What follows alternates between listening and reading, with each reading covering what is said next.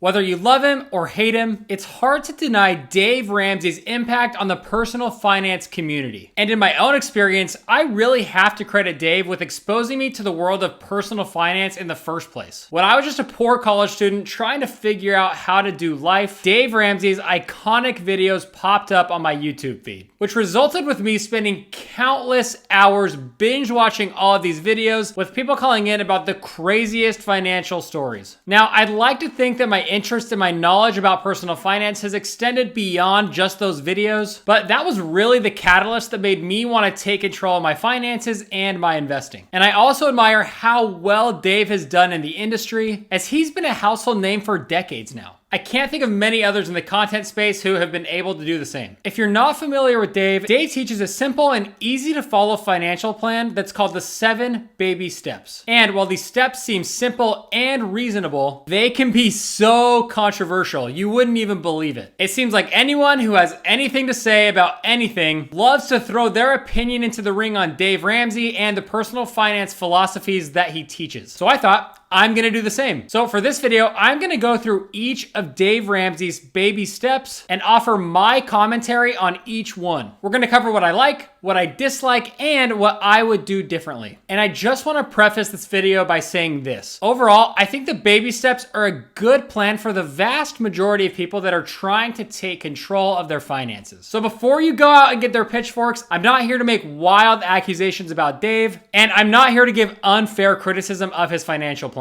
But I will be offering my honest feedback, which I hope you find fair and helpful. So let's dive in. And the first baby step is gonna be hitting that subscribe button. It really helps out the channel, and I'd really appreciate it. Thanks. Okay, no, but for real, the first baby step is gonna be saving your starter emergency fund. Now, let me clarify. This is not your fully funded emergency fund that we're gonna talk about later in the video, because you're gonna need much more for that. This starter emergency fund is just for people who are in debt other than their primary mortgage. And it's meant to serve as a band-aid in case anything unexpected comes up while you're actually in the process of paying off your debt. And believe it or not, as simple as it sounds, this is actually one of the most controversial steps in Dave Ramsey's whole plan. And that is because most people believe that $1,000 is not enough. See, Dave started teaching the baby steps in the 90s, and his advice on having a $1,000 emergency fund has not changed at all since then. It hasn't increased $1. And obviously because of inflation, $1,000 today isn't worth anywhere near as much as it was back in the 90s. So many critics think that Dave needs to get with the times and start recommending that people save up more for their starter emergency fund. And Dave responds to this criticism by admitting that $1,000 is not enough. It was never meant to be enough to be a fully funded emergency fund. Now, if that doesn't make sense to you, hear me out. Dave's whole point is that it should be enough to get you by while you're going through the process of getting out of debt, but it's also not supposed to make you feel completely safe. Dave wants you to be a little scared when you're paying off your debt, so that you stay motivated and that you work as hard as you possibly can to get that debt paid off. And I do not disagree with Dave here. If you're in bad consumer debt, you should be throwing as much money as possible towards getting that paid off. You don't want a ton of money sitting in the bank doing nothing when it could instead be used towards getting you out of a financial crisis. So I definitely agree with Dave's logic when it comes to baby step 1. Now, that being said, here's some of my feedback. I've had a lot of months or situations come up where I have emergency expenses that total more than $1,000. Have you ever gone to like get your car fixed these days? It's so expensive. And for me, that's fine because I have a fully funded emergency fund to help me out when those things come up. However, if I was in the process of getting out of debt and I only had $1,000 set aside for those emergencies, an emergency that was more expensive than $1,000 would really set me back and even potentially require me to take out more debt. So I think I probably land somewhere in the middle between Dave and where a lot of the critics are. Again, I see Dave's point, and I agree with the underlying logic. But I think we should update baby step 1 just a little bit to get with the times and to adjust just a little bit for inflation. So I would recommend doubling the amount that you have in your starter emergency fund for a total of $2,000. Again, it's not gonna be enough to be a fully funded emergency fund, but it should be enough to get you by while you focus on your main goal of paying off your debt. And I think $2,000 will probably cover 99% of emergencies that come up. And that takes us to the next part of the video. Okay, baby step 2 is where the vast majority of people are when they end up calling Dave's show. And it's usually because they're in a super bad situation when it comes to debt. Now, baby step 2 requires you to pay off all of your debt besides your primary mortgage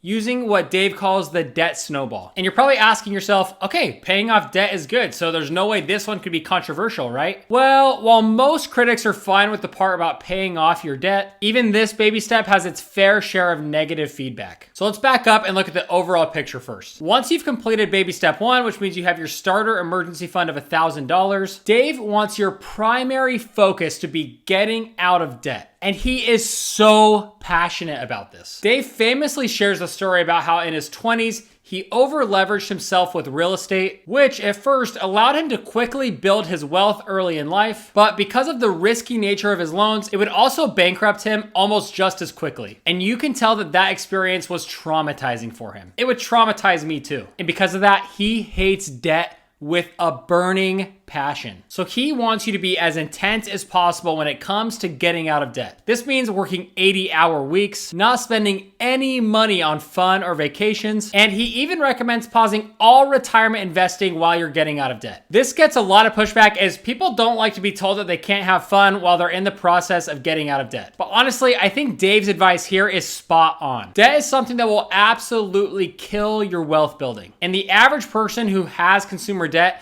needs to take it much more seriously than they actually are. And yeah, it's going to require a lot of sacrifice, but that sacrifice is desperately needed when it comes to people turning their life around when it comes to money. Now, let's focus on the retirement investing bit, which again, Dave recommends pausing all retirement investing while you're in the process of paying off your debt. And I almost fully agree with Dave on this. Again, consumer debt likely has higher interest rates than any return that you're gonna get on any investment. So you're better off paying off your debt in most situations. My one caveat is that unless you're facing bankruptcy or you have another super severe case with debt, for most people with a normal debt situation, I think it would be wise to at least take advantage of an employer match if you have one offered to you at your workplace. And that's because if you do have an employer match available to you, that's an immediate 100% return on your investment. So every dollar you put in is being matched with $1 by your employer. You can't beat that. So if your employer matches up to 5% of your salary in your company's 401k program, and you're in the process of getting out of debt, I generally think it would be wise to keep contributing 5% of your income, take advantage of that match, and then throw everything else you can at paying off your debt. All right, but enough of that. Let's now talk about the method that Dave teaches on how to actually pay off your debt, which we referred to earlier, but it's called the debt snowball. The debt snowball would have you line up your debts from the smallest balance to the largest balance. You need to make minimum payments on all of them, but then you throw everything extra you have at the smallest debt. Once that smallest debt is paid off, you'd move to the next smallest debt, and you repeat that process until you get all of your debt paid off. And Dave's reasoning here is that it gives you an easy psychological win up front by attacking and paying off that smallest debt, which motivates you to keep going and achieving debt-free status. Plus, once you pay off a debt, it frees up the monthly payment that you were originally making towards it, freeing up more money and creating a snowball effect. So as you pay off your debt, your monthly minimum payments decrease, which gives you more and more money to keep paying off that debt so that by the time you get to the last one, you're just attacking it with the most amount of money possible. And again, believe it or not, this also has controversy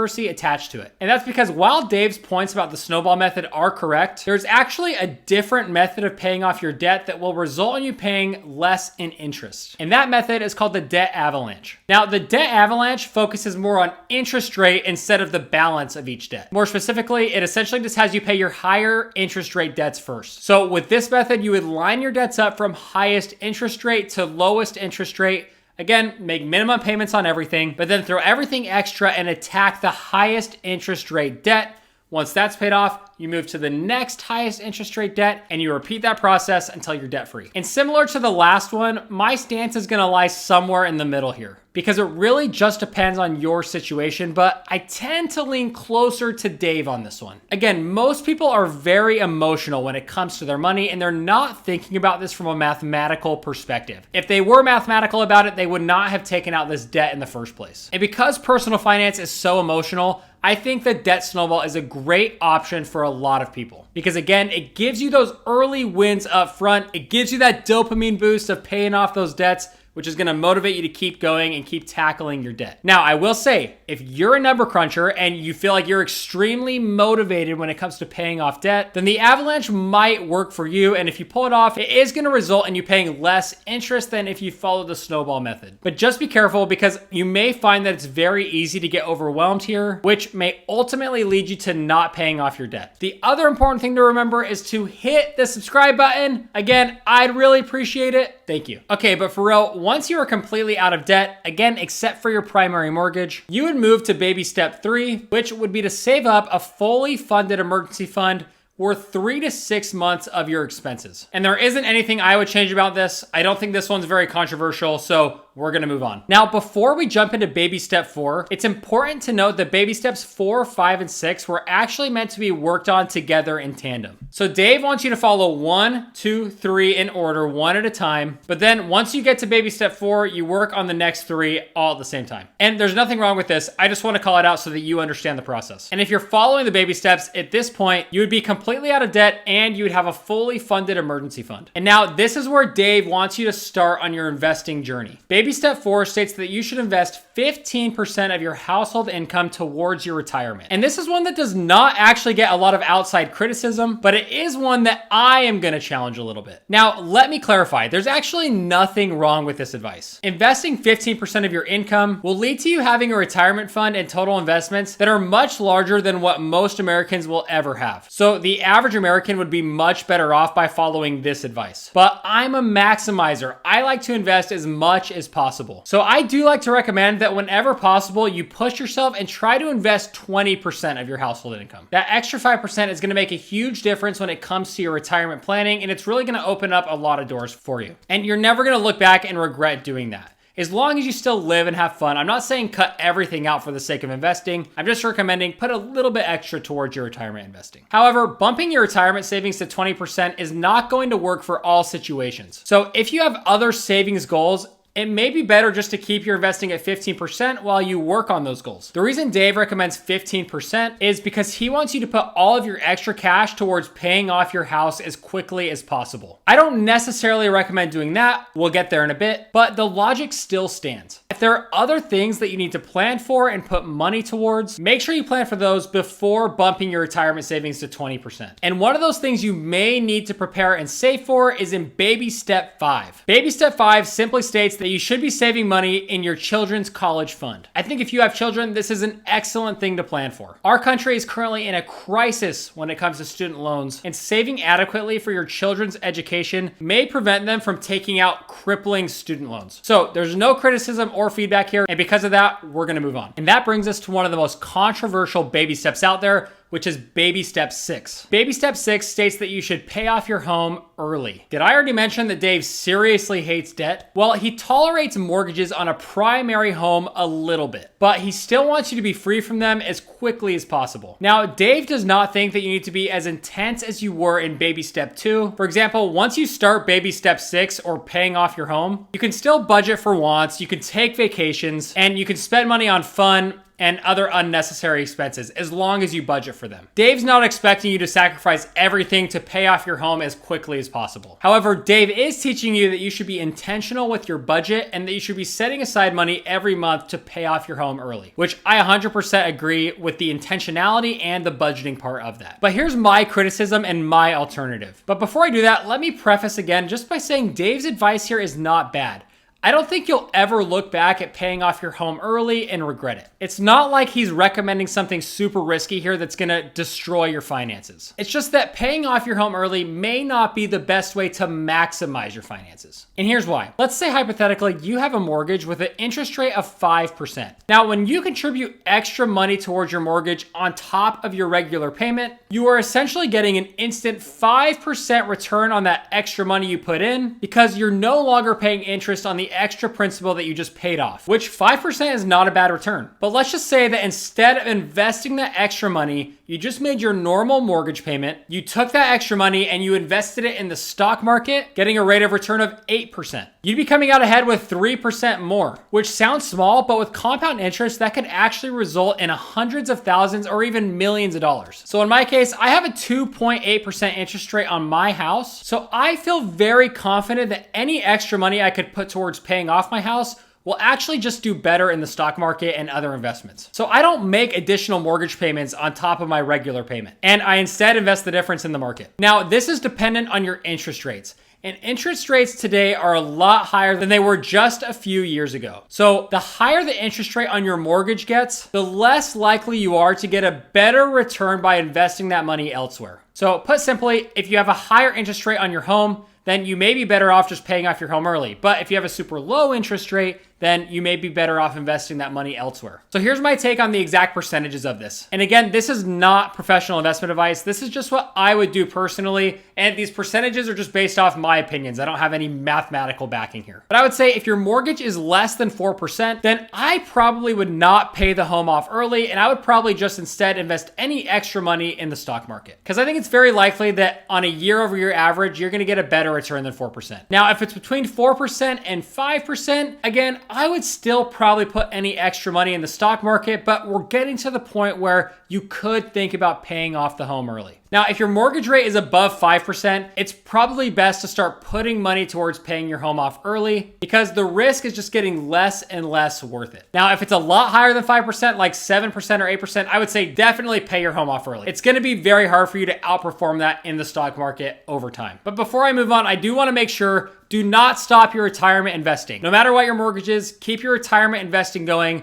When I'm talking about the stock market, I'm only referring to additional money that you have after retirement investing. So I just wanted to call that out. So that's my take on it. With a lower interest rate, I'm comfortable not paying off the home early and investing instead. But again, Dave's advice here is not bad. In fact, having a paid off home is gonna offer an unmatched sense of security. And if it's gonna help you sleep better at night, reduce stress, and just make you happier overall, then that may be the best return on investment that you can get right there. So every situation is very personal. And if you wanna get your home paid off early for the peace of mind, I'm not trying to steer you away from that. You definitely should pay off your home early. I just wanted to share that there are alternatives if you're looking to maximize your investments. All right, and that brings us to baby step 7, which to be honest, really isn't a step. It's really just the final push to reach the status of being a net worth millionaire. The name of the step is to build wealth and give. So Dave wants you to keep saving and investing and budgeting using the skills that you've learned throughout the entirety of his course so that you can reach a net worth of having $1 million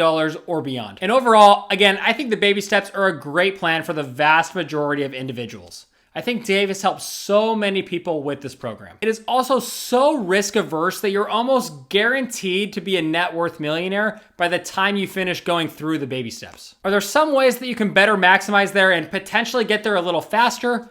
Sure. And some of those ways I'm comfortable with and I do myself. But you can't deny that Dave's plan does work and has been changing the lives of Americans for decades. And that's gonna do it for this video. Let me know down in the comments, do you like Dave Ramsey's baby step plan? Do you not like it? Do you disagree with anything that I said in this video? Let me know and let's discuss. Again, make sure you hit that subscribe button, make sure you hit the like button, and we'll see you in the next one. Thanks.